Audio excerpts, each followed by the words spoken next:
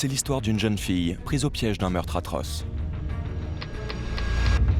D'aucuns diront qu'elle n'a vraiment pas eu de chance, mais elle s'est mise dans le pétrin toute seule.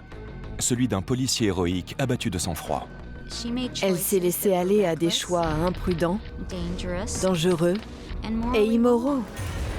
Un crime qui a semé la fureur dans une ville déjà en proie à l'ultraviolence.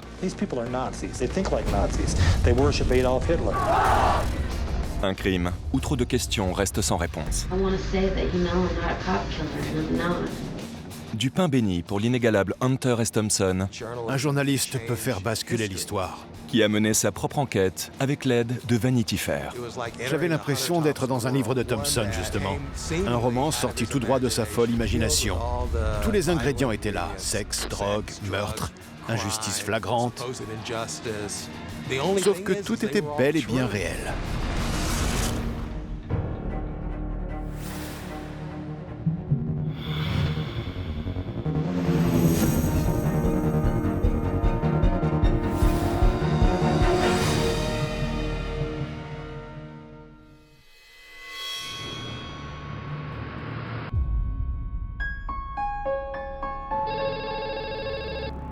« 4 heures du matin, mon téléphone sonne. Je me réveille d'un bond, je décroche et là j'entends « Marc, réveille-toi, bon Dieu, c'est Hunter ». Au bout du fil, c'est Hunter S. Thompson, journaliste hors norme, brillant écrivain et fervent activiste. Il me dit « C'est à propos de Lisa Loman. Il faut que tu m'aides avec cette histoire. » À l'époque, je travaillais pour Vanity Fair. C'est pour ça qu'il a pensé à moi. Il savait que je pouvais l'aider à publier son histoire dans les pages d'un magazine où elle trouverait un véritable écho auprès des lecteurs. Lisa Loman a été condamnée 10 ans plus tôt pour le meurtre d'un policier de Denver. Un meurtre auquel sont également mêlés de dangereux skinheads. Thompson en est convaincu. La jeune femme a été victime d'une injustice. À lui de prouver désormais qu'elle n'est pas une meurtrière. Hunter m'a dit « Elle est innocente ». Manifestement, il avait déjà choisi son camp. Plutôt que de me faire moi aussi l'avocat du diable, j'ai choisi de rester impartial. Je me suis alors plongé dans les archives pour comprendre. Et alors là, les bras m'en sont tombés tellement cette histoire est à peine croyable.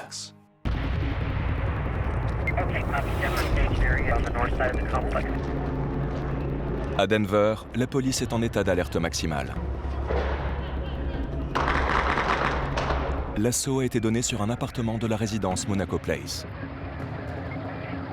2 personnes suspectées d'avoir ouvert le feu sur un agent s'y sont réfugiées. Tout le monde redoute un nouvel affrontement dans la guerre qui oppose depuis plusieurs mois policiers et skinheads. Plusieurs centaines de policiers ont été envoyés sur place. La compagne du tireur, dont l'identité reste inconnue, vient de se rendre. Elle a 21 ans et s'appelle Lisa Loman. 2 agents ont plaqué Lisa au sol, dans la neige. Puis un autre a pris le relais et l'a menotté. Le tireur en profite alors pour s'enfuir. L'arrestation de Lisa Loman s'est déroulée sans heurts. Ils l'ont fait monter dans un véhicule, menottes au poignet. C'est ensuite que les policiers ont légèrement paniqué. Il a tenté le tout pour le tout. Et puis, les balles ont commencé à fuser. Shots just never stopped at that point. It sounded like automatic gunfire, just steady streams. I mean, they're taking a lot of rounds. And then it would stop, and then all of a sudden, boom, boom. Hell of a firefighter.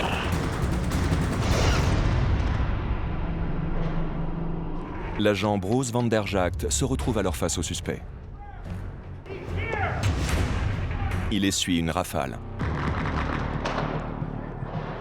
As soon as that happens, I look at Bruce because Bruce is not peeling back. He's not peeling back, you know, like somebody under fire, okay? And I can see this is horrible. Bruce is standing there. He's standing there just like this, looking around the corner, and the top of his head is,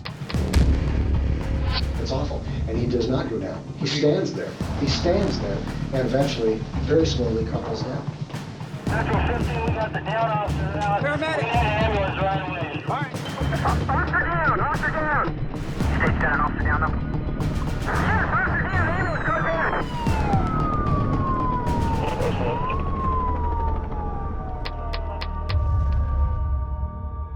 Les reporters et leurs caméramans ont suivi l'ambulance jusqu'à l'entrée de l'hôpital.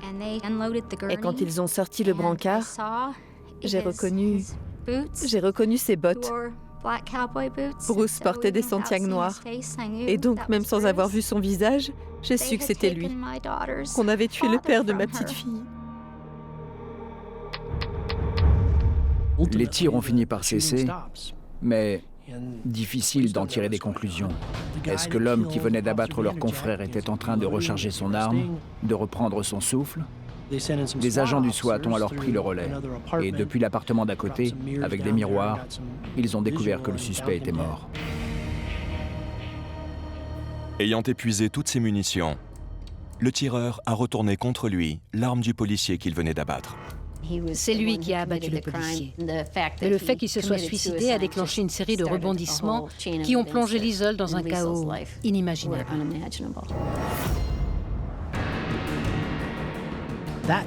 Liesl Oman a passé la nuit en garde à vue. Tout le monde était sous le choc. Ça n'avait pas de sens, mais tout finit par s'expliquer. Le meurtrier, Mateusz Janig, est un skinhead au casier judiciaire bien rempli. Il est membre d'un groupuscule violent et raciste qui sème la terreur à Denver depuis plusieurs années.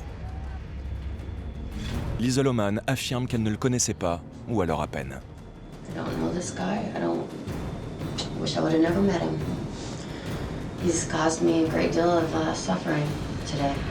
Liesl Oman prétend qu'elle a rencontré Janig la veille. Il était venu avec des amis à elle pour l'aider à déménager. Elle insiste, elle ignorait tout de son passé criminel. Years earlier, in a confrontation with police, officers said that Janig proudly declared he was a skinhead. Les médias ne sont pas tendres non plus avec Liesl, qu'ils décrivent comme hargneuse et violente. Tous les jours aux infos, on nous rabâchait que Liesl était une skinhead. C'était absurde, Liesl était tout sauf une skinhead. No, I was really distraught about all the things that Janig had said about me. They said so many things that weren't true. You know, I was a good kid. Elle n'avait pas une once de violence en elle. Elle était douce et gentille avec tout le monde.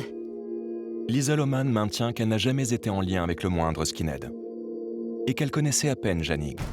Tandis que l'enquête débute, les tensions entre policiers et skinhead montent d'un cran. Quelques jours après le meurtre de l'agent Van der Jagt, la police est de nouveau ébranlée quand un cochon mort, arborant le nom de leur défunt confrère, est retrouvé devant un commissariat de Denver. Le contexte politique étant extrêmement tendu à l'époque, il fallait à tout prix apaiser l'opinion publique. Or, le complice de Liesl, Mateusz Janig, qui est l'auteur du coup de feu qui a ôté la vie à l'agent Van der Jagt, s'était suicidé. Cela voulait dire qu'il n'y aurait pas de procès. Et donc, on s'est acharné sur Liesl Oman.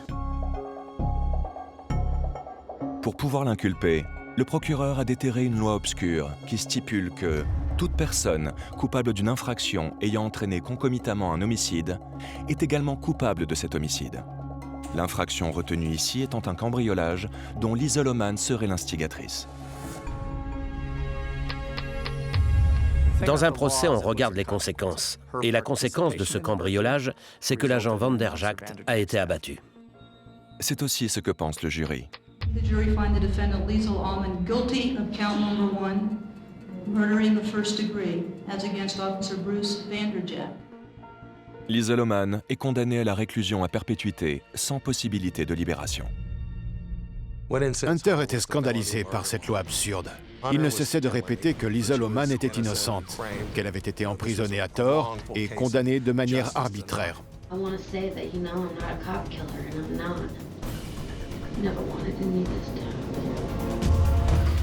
Liesl Oman a-t-elle vraiment planifié le cambriolage dont on l'accuse?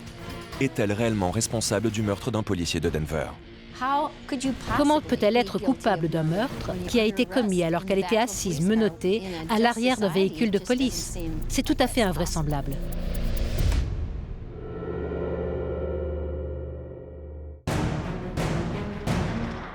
À la demande de Hunter S. Thompson, qui ne décolère pas, le journaliste de Vanity Fair, Mark Seal, décide alors de mener sa propre enquête. J'ai eu l'impression de plonger à l'intérieur d'un roman de Thompson, justement.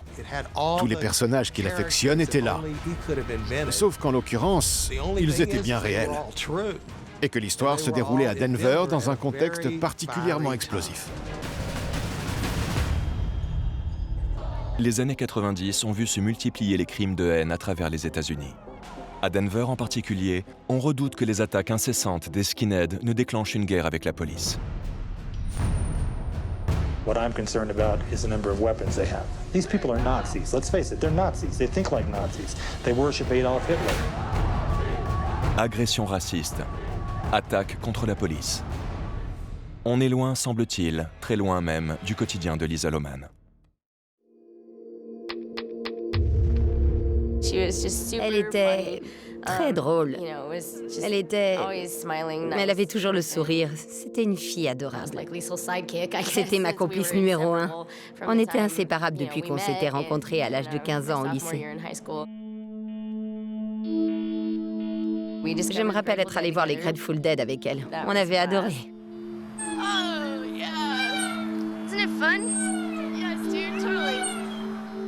Lisa Lohman a grandi au Colorado, dans un quartier tranquille de Littleton, dans la banlieue de Denver, entre un père chef plombier à l'université et une mère employée dans les assurances.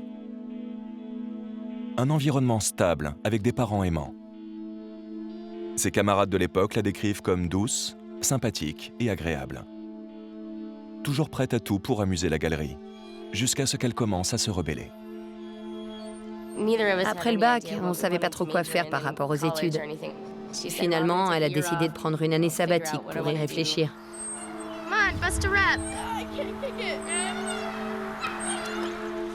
The year turned into 2 years.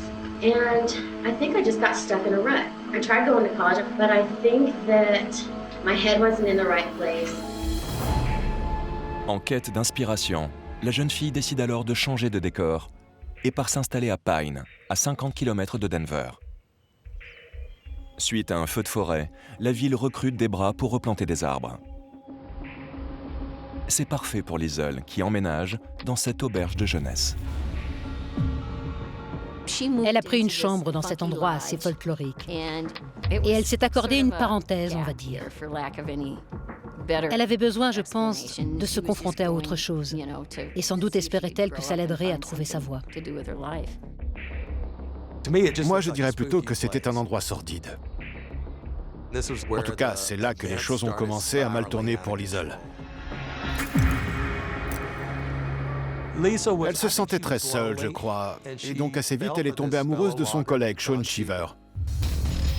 Elle le trouvait d'autant plus attirant, je pense, qu'il traînait derrière lui une réputation de petit voyou.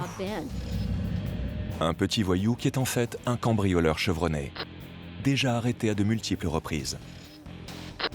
En apprenant la vérité, Liesl décide de le quitter.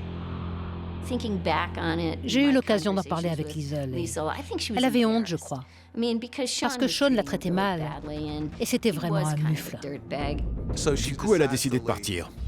Elle a dit « Je m'en vais. Je pars. Je rentre chez moi. »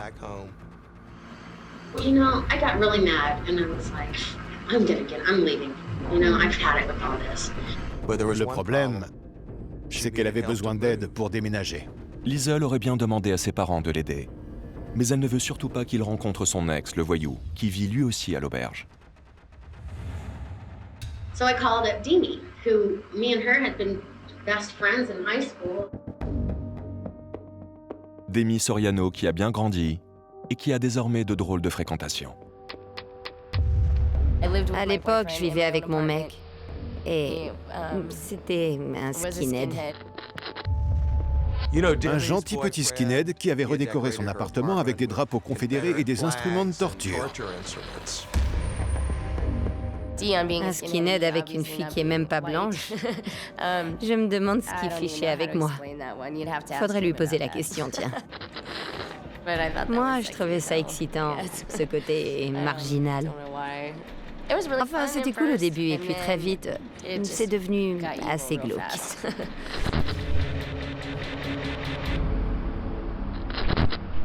I went over to her house one time and there was like a knife on the wall, you know? I was like, what's this all about? Because that wasn't like her. Anyways, I told her the situation with this guy, Sean. I planned to go get my stuff, and I needed help. And Dean's like, well, I'll help you. But my plates were expired on my car, and I didn't want to drive my car all the way up to the mountains. Le petit ami de Demi accepte alors de conduire Liesl au chalet pour l'aider à déménager. Il propose même du renfort, un ami à lui, Mateusz Janig. Tout le monde l'appelait Tao. Il était flippant, c'était un bagarreur. Pas du tout le genre de mec qu'on a envie de présenter à maman. Demi et Liesl ignorent que Mateusz Janig a déjà été arrêté 7 fois et qu'il est réputé pour sa violence. Son contrôleur judiciaire dit qu'il est une bombe prête à exploser. Voilà ce que j'ai écrit. 1m95, 90 kilos. Les cheveux blonds et fins rasés très courts, le corps couvert de tatouages, des têtes de mort, une tête de clown, des éclairs, une croix gammée et la devise nazie « Sang et honneur ». Il ne se levait jamais avant midi, mangeait comme 4, buvait comme un trou et fumait du cristal meth en quantité astronomique. Voilà qui était l'homme qui a aidé Liesl à déménager. D'un coup, on s'est retrouvés avec 2 skinheads fous alliés pour déménager. Et j'étais un peu stressée, j'avoue.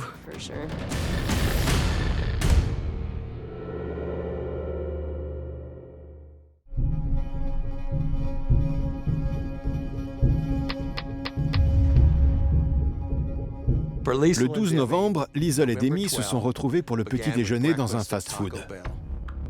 Liesl a trouvé de l'aide auprès de son ami Demi, son petit ami Dion et un copain de celui-ci. Mais à présent, elle a comme un doute. Je l'entends encore me dire « Écoute, je sais pas, j'ai un mauvais pressentiment. » Je lui ai répondu que moi aussi, mais il était hors de question que j'aille les voir pour décommander. Tao est arrivé au volant d'une voiture volée, rebaptisée Poulette d'enfer. Dion a insisté pour que Liesl monte avec Tao. Il voulait rester seul avec Demi. Ils ont pris la direction de la fameuse auberge. Et c'est là que les ennuis ont commencé. Oh, waouh, c'est une histoire de fou.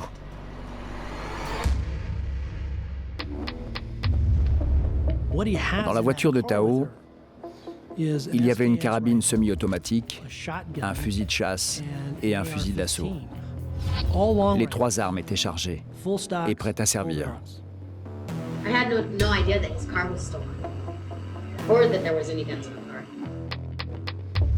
Dion Gardzey, le petit ami de Demi, a rassuré Liesl en lui disant « Écoute, Mateusz est un pote. C'est un mec réglo qui fait pas de langue de bois et qui adore les flingues. »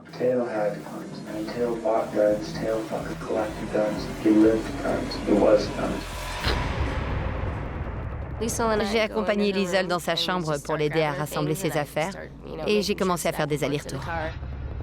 La suite a été longuement débattue au tribunal. Une chose est sûre, la vie de Liesl Oman s'en est trouvée changée, à jamais. À un moment donné, sur ce point, les témoignages divergent. Quelqu'un, à l'aide d'une tenaille, a fait sauter le cadenas sur la porte de la chambre de Sean. Ils ne sont pas allés à l'auberge uniquement pour récupérer les affaires de Liesl. Ils y sont allés avec l'intention de se venger de Sean Cheever. Was there an argument or something between you? Oh, he lied to me. Told me he was going to be right back, and he just down on me. I would assume to go pork some other girl or whatever. Liesl avait décidé que le jour où elle retournerait chercher ses affaires, elle en profiterait pour punir Sean d'une manière ou d'une autre. Sean lied to me and he made me feel like a piece of shit, and basically I wanted to retaliate, I guess. Des résidents du chalet ont vu qu'ils emportaient des affaires qui ne leur appartenaient pas. Et donc, ils ont appelé la police. Ce qui devait être un simple déménagement prend alors une toute autre tournure. Les garçons sont entrés par effraction dans la chambre de Sean et ont pris ses enceintes. Quand ils ont réalisé que la police était en route, ils ont rapidement mis les gaz et sont partis dans des directions opposées. Avant de partir, on s'est regardé avec Liesl et je lui ai dit « On se retrouve à mon appart ». Mateusz Janig s'engage alors au volant de sa voiture volée sur la nationale 285. La chaussée est glissante, il enchaîne les virages serrés à toute allure, mais rapidement une voiture de police se lance à ses trousses. Liesl demande alors à Tao « Tu ne vas pas t'arrêter ?» Et la réponse est non. I was totally freaking out. He came upon the conclusion that he wasn't going to lose him, and then he pulls out this big gun. I mean, this gun is huge. He leaned out the window. He turned back, he looked at me, and he boom, boom, boom. Elle a compris à ce moment-là qu'elle était dans un beau merdier. Quand Janig arrive à Denver, ses poursuivants ont disparu. Il se gare sur le parking de la résidence Monaco Place, où vit Demi, persuadé qu'il a semé tout le monde. This will be a red Trans Am, male driver, female passenger. He is armed with an automatic weapon. Le cauchemar ne fait que commencer. Il fallait arrêter cet homme, et ils n'ont pas lésiné sur les moyens.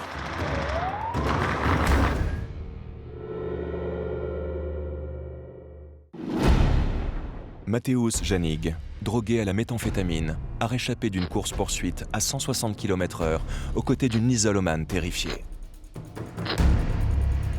Il a réussi à regagner Denver sans se faire rattraper par la police. L'agent Jason Brake a tout suivi de l'incident à la radio. Et voilà que la voiture rouge réapparaît devant ses yeux. J'étais en train de patrouiller. Et là, j'aperçois une voiture correspondant à la description donnée garée sur le parking d'une résidence. Et là, je me dis que si c'est bien la voiture du type qui a tiré sur mon collègue, il faut le coincer. Voyant qu'un véhicule de police approche de l'appartement de Demi où elle s'est réfugiée avec Janig, Liesl Oman se précipite dehors. Très vite, la résidence se retrouve cernée par des dizaines de policiers. It just ended up being just mad crazy. I was scared. I wanted to get out of the situation. I wanted it to be over. D'après un policier présent sur les lieux, Liesl et Tao se tenaient debout devant la porte de l'appartement de Demi. Et Liesl semblait terrifiée. Il leur a dit « les mains en l'air ». Avec un collègue, ils ont alors plaqué Liesl au sol, puis ils l'ont menotté et emmené dans une voiture. Et là, Tao a pris la fuite. Concentrés sur la jeune femme, les deux policiers ont perdu de vue Mateusz Janig, le chauffard qui a tiré sur leur confrère. Et d'après l'agent Baker, Liesl refuse de coopérer. Je lui ai demandé il est parti où. Elle m'a répondu je comprends pas. Alors j'ai monté le ton. Dis-moi où il est, bon sang. Et là j'entends pan, pan, pan, pan, en rafale. Ça a viré la fusillade. Il n'y a pas d'autre mot. Ça a viré la fusillade. De mémoire de policier, on n'a jamais vu à Denver autant de coups de feu être échangés entre la police et un suspect.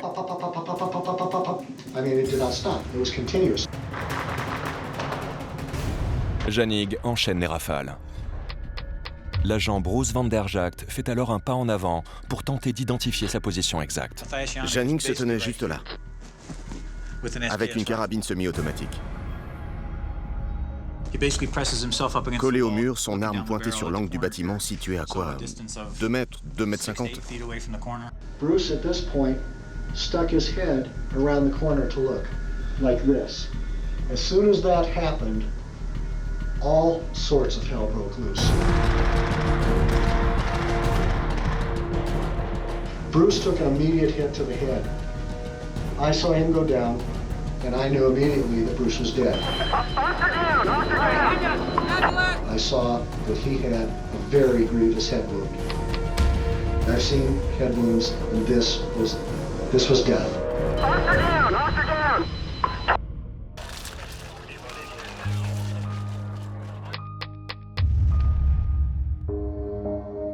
J'étais devant ma télé, je regardais les informations et on entendait les coups de feu, les hélicoptères dans le ciel. Et puis quelqu'un a crié « Un homme à terre, un homme à terre !»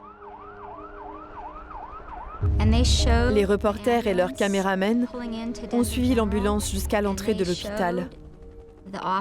Ils avaient recouvert le corps du policier avec un drap blanc. Et quand ils ont sorti le brancard, j'ai reconnu ses bottes.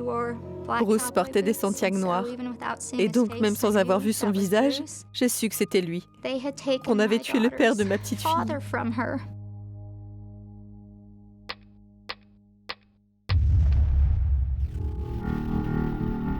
As nightfall closed in on the apartment complex, police turned on the pressure to find the gunman who had brought events to such a terrible turn. L'agent Bruce Van der Jagt, ancien vétéran médaillé et père d'une petite fille de 3 ans, n'a pas survécu. Son meurtrier, le skinhead Mateusz Janig, qui arborait fièrement un tatouage « Dieu de la haine », est mort lui aussi. Il s'est suicidé. Ils l'ont retrouvé mort, une balle logée dans le menton. Il semblerait qu'il se soit emparé de l'arme de service de l'agent Van der Jagt et qu'il l'ait retournée contre lui.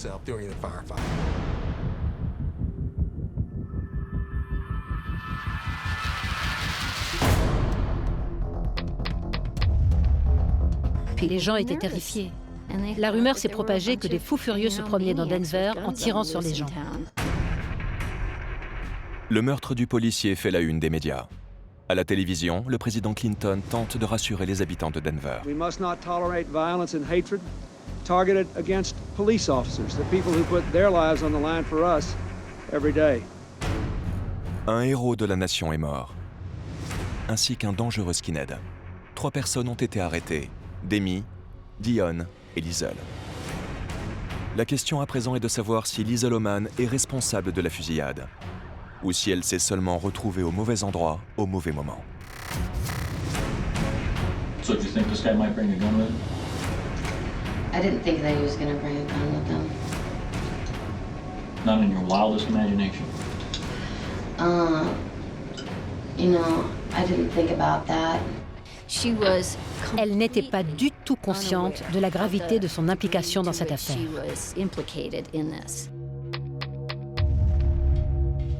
Janig s'étant suicidée, il ne restait plus que Liesl. Qu'elle soit innocente ou non, elle se retrouvait désormais en première ligne. Quelques jours après la fusillade, le verdict des policiers chargés de l'enquête tombe. Liesl Oman n'est pas une innocente victime. Elle est complice du meurtre. Dans les dépositions recueillies par la police le jour du meurtre, à aucun moment, les agents interrogés ne mentionnent le fait que Liesl ait pu avoir une arme en sa possession. Mais quelques jours plus tard, ces dépositions ont été amendées. November the 14th, 1997, the person being interviewed is Officer Jason Brake. Vous êtes revenu sur vos déclarations? Non, tout le monde dit ça. Mais je suis pas revenu dessus. J'ai apporté des précisions, nuances. La première fois, on m'a interrogé uniquement sur les faits et gestes de Janig. Ce n'est que la fois d'après qu'on m'a demandé de raconter tout ce que j'avais pu observer sur la scène du crime. L'agent Brake et son collègue évoquent alors un geste que Liesl aurait fait juste avant de se rendre. Un geste discret, hors de leur vue. 2 agents ont rapporté avoir vu Liesl pivoter, ou du moins bouger légèrement, comme si elle avait eu une arme dans la main qu'elle aurait tendue à Janig. L'agent Jason Brake affirme que Liesl cachait quelque chose derrière ce mur juste avant d'être arrêté. Il en est sûr, c'était l'arme qui a servi à abattre son confrère. En gros, elle était là, comme ça. Tout près du mur, face à moi. She kind of went like this, and it was pretty obvious because she was raising this hand, and as she came up, it made kind of an arch, and then she stood back up, straight up like this with both hands. Elle a avancé, et Mark l'a empoignée juste ici. Elle n'avait pas fait 3 pas, qu'il a attrapé son bras, puis il l'a poussé vers moi. Je pense qu'elle a eu peur. Je pense qu'elle tenait l'arme, et qu'elle a eu peur qu'on la batte si elle avançait avec une arme à la main. Aucun des 2 agents n'a vu ni même entreaperçu d'arme dans la main droite de Liesl. Mais ces nouvelles déclarations laissent clairement entendre qu'elle a fourni l'arme du crime à Mateusz Janig.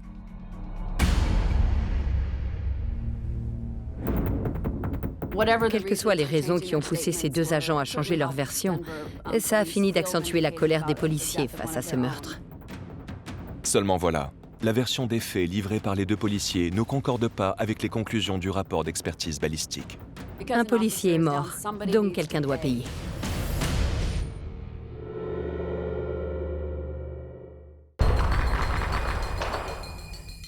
Liesl Loman était menottée et assise à l'arrière d'un véhicule de police quand l'agent Bruce Vanderjagt a été abattu. Mais deux témoins affirment qu'avant de se rendre, elle a remis une arme à son complice. Elle a fait... Aucune preuve ne permet toutefois d'étayer cette version des faits, revue et corrigée. Personne n'a pu prouver que Liesl avait remis une arme à Janning. J'ai lu tous les rapports de police. On n'a jamais retrouvé ses empreintes sur l'arme du crime. L'arme était dans sa main. J'en suis convaincu. Je n'ai aucun doute là-dessus. I never touched the gun. And they could never prove that I touched the gun because it didn't happen. Denver officer Bruce Vanderjagt was shot and killed on November 12, 1997 by this man, Matthias Jannig, who later committed suicide with Vanderjagt's gun. Mateusz Jannig s'étant donné la mort, Liesl Loman est désormais la seule à pouvoir répondre du crime. Mateusz Jannig a tiré sur l'agent Vanderjagt et il l'a tué. Un policier est mort, donc quelqu'un doit payer. Liesl Loman est inculpée pour homicide concomitant d'une infraction en vertu d'une obscure loi britannique vieille de 400 ans que les tribunaux anglais ont abandonnée depuis. Elle est accusée d'avoir profité de son déménagement pour cambrioler la chambre de son ex-petit ami dans l'intention de le punir. Un délit qui, s'il est avéré, la rend directement responsable de l'homicide qui en a résulté. Cette disposition légale, qualifiée de draconienne par Thompson dans son article, stipule que toute personne coupable d'un délit, un cambriolage en l'occurrence, est de facto coupable de tous les crimes concomitants à ce délit. Le seul moyen de faire tomber Liesl Loman, c'était de réussir à prouver qu'elle s'était rendue à l'auberge dans le but de cambrioler son ex. Liesl l'a reconnu lors d'un interrogatoire. Ses acolytes lui ont demandé s'il y avait des objets de valeur dans la chambre de son ex-petit ami qu'il pourrait voler. Anyways, I opened my big mouth and I told them that he had a couple of big speakers. Elle leur a parlé des enceintes et je suppose que c'est ce qui les a motivés. I didn't realize at this point that they were going to take stuff that did not belong to me. On n'a jamais évoqué entre nous le moindre cambriolage ou quoi que ce soit de ce genre. Pour ce qui est de Dion et de son pote, ça, je sais pas. Il suffisait de réussir à prouver qu'ils étaient allés au chalet ou qu'ils avaient forcé la porte de la chambre dans le but de commettre un vol pour étayer l'accusation de cambriolage. Au procès, Dion et Demi avouent que tout était prémédité et témoignent contre Liesl. C'est tout de même étrange. Ses compagnons de déménagement, Demi et Dion, ont négocié leur immunité en un clin d'œil. Liesl, elle, ne va pas s'en sortir aussi facilement. Le procureur accuse la jeune fille d'être le cerveau de l'opération et d'avoir prémédité le cambriolage en guise de vengeance. Elle s'est laissée aller à des choix imprudents, dangereux et immoraux. Je n'ai jamais pensé qu'elle était une victime innocente, et je ne le pense toujours pas. I'm sorry that cop time. And I'm sorry for the girl. I know what it's like to love family. I love my mom a lot, and I love my dad. And I'm sorry for that cop.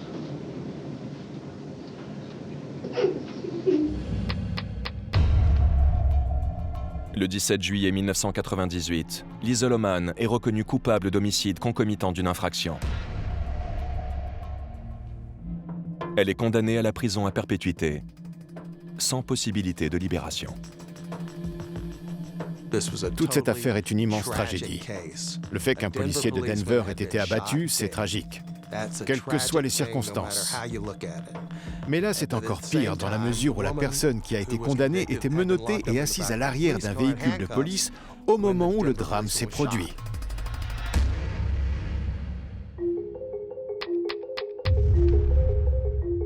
Trois ans plus tard, Liesl, à qui ses codétenus noirs et latinos font vivre un enfer croyant qu'elle est une skinhead raciste, décide d'écrire à Hunter S. Thompson, alors résident au Colorado. Il a répondu « Je me souviens de cette affaire et de la cabale des médias contre toi. Je vais appeler ton avocat et je vais voir si je peux faire quelque chose pour t'aider. » L'écrivain se plonge alors dans les dossiers. Et plus il s'y enfonce, plus sa colère monte. Et Hunter S. Thompson n'est jamais aussi efficace que lorsqu'il est en colère. Quand il était témoin d'une injustice, il montait tout de suite au créneau. Et la condamnation de Liesl Oman en était une pour lui. Elle n'a jamais souhaité la mort de ce policier. Aux yeux de Thompson, Liesl Oman est une victime. Elle n'a été que l'innocente passagère d'un fou furieux qui a tué un policier et lui a laissé porter le chapeau. Décidé à réparer cette injustice, il se lance alors dans une vibrante croisade. Liesl Oman doit être libérée, et la loi absurde qui a permis de la faire condamner à perpétuité doit être abolie. Le meilleur moyen de se faire entendre, selon lui, c'était à travers la presse et les médias en général, des domaines dans lesquels il pouvait compter sur le soutien de nombreux amis. Thompson sort le grand jeu et convoque les plus grands acteurs d'Hollywood pour porter son message et encourager la libération de Liesl. Sa technique consiste à faire un maximum de bruit. Il n'hésite pas à prendre le gouverneur à partie, publiquement et vertement, sous ses propres fenêtres, pour le plus grand bonheur des médias.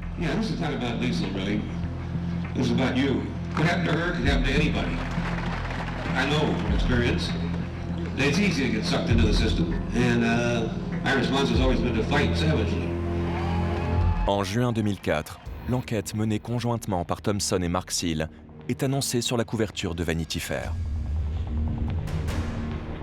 Bientôt, l'incroyable épopée de Liesl Oman est relayée dans tous les médias. Je ne m'étais jamais senti, avant qu'Hunter ne m'embarque dans cette affaire, aussi investi d'un tel devoir de vérité et d'un tel besoin de rétablir les faits. Soudain, l'image de Liesl Oman a pris un virage à 180 degrés. On a commencé à parler d'acharnement judiciaire et de vindicte publique. Et comme par enchantement, la méchante meurtrière s'est muée en victime.